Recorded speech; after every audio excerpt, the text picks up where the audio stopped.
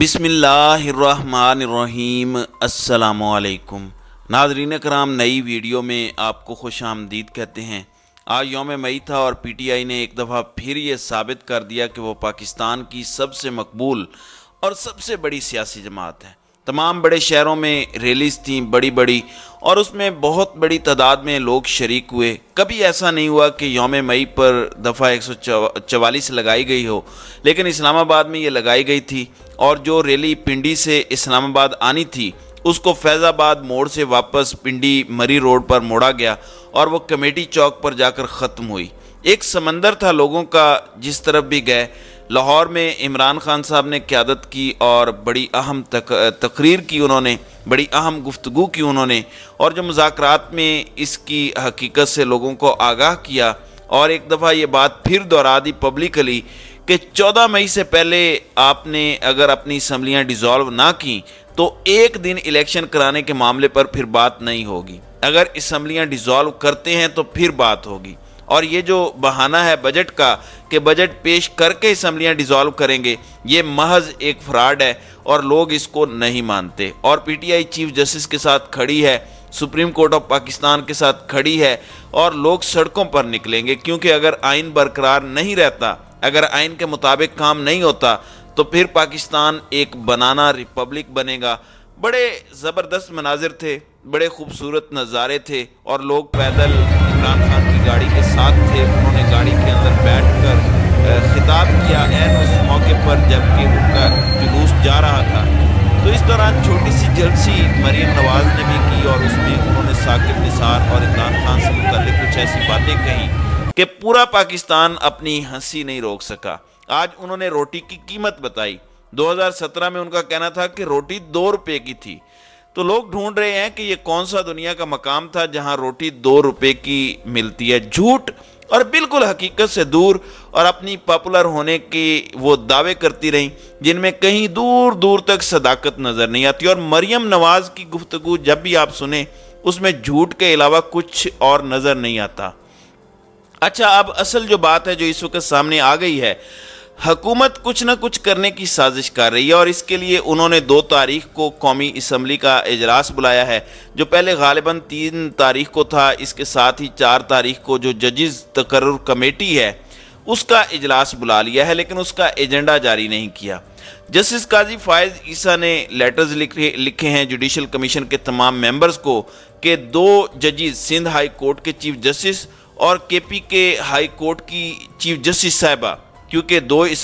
اسامیاں خالی ہیں supreme court میں، تو ان کو اوپر ایلیویٹ کیا جائے۔ اور انہوں نے جوڈیشل کمیشن کے تمام ممبران کو خط لکھا ہے۔ 9 ممبرز ہوتے ہیں جوڈیشل کمیشن کے، تو اس میں اگر ہم اس وقت کمپوزیشن کو دیکھتے ہیں تو کیونکہ اس میں اٹارنی جنرل بھی ووٹ دیتے ہیں، وزیر قانون بھی ووٹ دیتے ہیں، پاکستان بار کونسل کا نمائندہ بھی ووٹ دیتا ہے، تو یہ تینوں حکومتی لوگ ہیں، اور پھر قاضی فائز عیسیٰ اور سردار طارق مسعود، تو یہ 5 بندے بن جاتے ہیں۔ باقی جو لوگ ہیں ان میں جسٹس عمر عطا بندیال ہیں جو کمیٹی کے سربراہ ہیں، پھر اعجاز الاحسن اور جسٹس فائق عثمانی ہیں، تو یہ 3 بنتے ہیں، کیونکہ ادھر 6 بنتے ہیں، میں نے 5 کے آپ کو نام بتائے، لیکن ایک نامینی بھی ہے، تو ان کی کمپوزیشن اس وقت زیادہ ہے۔ لیکن جو رولز ہیں ان کے تحت جب تک چیف جسٹس نہ بلائیں اجلاس اور رجسٹرار اس کا ایجنڈا نہ جاری کرے، یہ ہو نہیں سکتا۔ تو کیا یہ 1997 والی گیم ہونے لگی ہے سپریم کورٹ کے اندر؟ اب اس ساری صورتحال کو دیکھتے ہوئے 2 تاریخ کو جو 8 ممبر بینچ بیٹھ رہا ہے، پارلیمنٹ نے جو اپروو کیا ہے supreme court procedure and practice bill, اس کو دیکھنے کے لیے کچھ لوگوں کی یہ رائے ہے کہ یہ بہت اہم سماعت ہوگی، اور 11 بجے کیونکہ مذاکراتی ٹیمیں ہیں پی ٹی آئی اور پی ڈی ایم کی اور ان کے الائز کی، وہ بیٹھیں گی، 1 گھنٹہ 2 گھنٹے مذاکرات چلیں گے۔ عمران خان نے تو بتا دیا ہے کہ ہماری ڈیمانڈ یہ ہے۔ دوسری طرف مسلم لیگ نون کے اندر سے آوازیں ایسی اٹھنا شروع ہو گئی ہیں یا ان کو اٹھایا جا رہا ہے، جس میں خواجہ آصف اور جاوید لطیف جیسے لوگ شامل ہیں، جو یہ کہتے ہیں کہ مذاکرات کا عمل بے سود ہے، یہ پی ٹی آئی سے آپ مذاکرات کر کیوں رہے ہیں؟ تو مذاکرات کا کوئی بظاہر مستقبل نہیں ہے، یہ ایک پولیٹیکل چیس بورڈ پر لڑائی ہے، اور جیتے گا وہی جو پہلے موو کرے گا۔ تو یہ جو 8 ممبر بینچ ہے ہو سکتا ہے کہ جو کنٹیمپٹ کا معاملہ ہے، جو 3 ممبر بینچ کے فیصلے پر کنٹیمپٹ کا معاملہ ہے، اس کی سماعت بھی یہ 8 ممبر بینچ کرے، اور اگر 8 ممبر بینچ نے اس کی سماعت کی اور نوٹسز جاری کیے اور کنٹیمپٹ کا فیصلہ اگر وزیر اعظم اور وزیر خزانہ کے خلاف آ گیا تو پھر یہ گورنمنٹ بھی فعال کرے گی، تو اس کی جو لیگل حیثیت ہے اس پر تو اپوزیشن بھی، جو کہ خود حکومت ہے، وہ اعتراض نہیں کر سکتی، کیونکہ ٹوٹل حاضر سروس ججز کی تعداد 15 ہے۔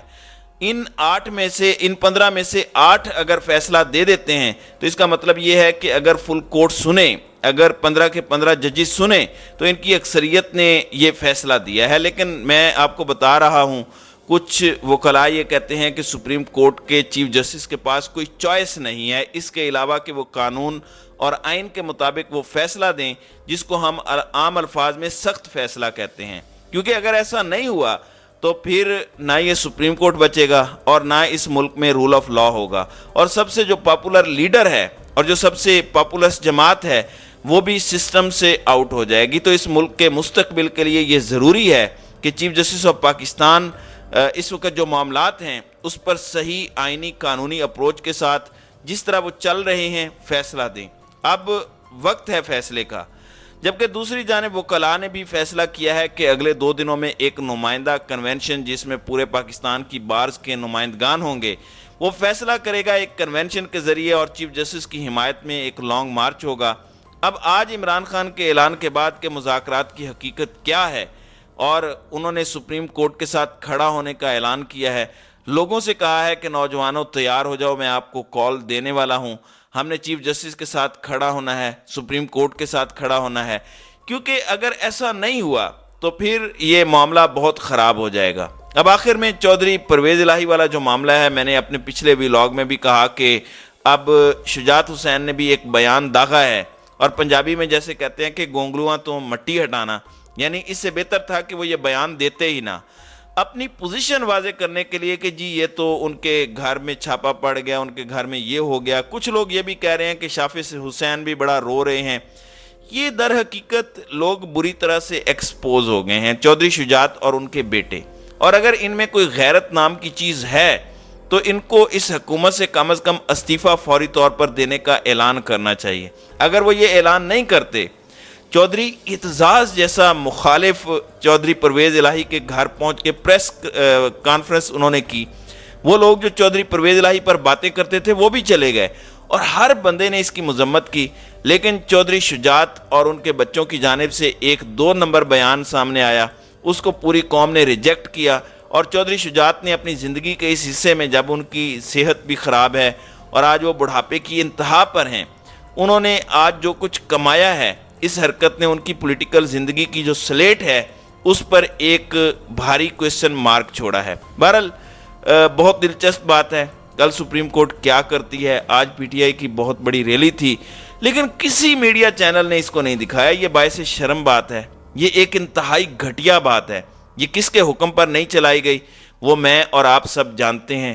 طاقتوروں کا سسٹم جو ہے وہ آخری سانسیں جو ہے وہ لے رہا ہے، اور یہ سسٹم اپنی طاقت دکھانے کی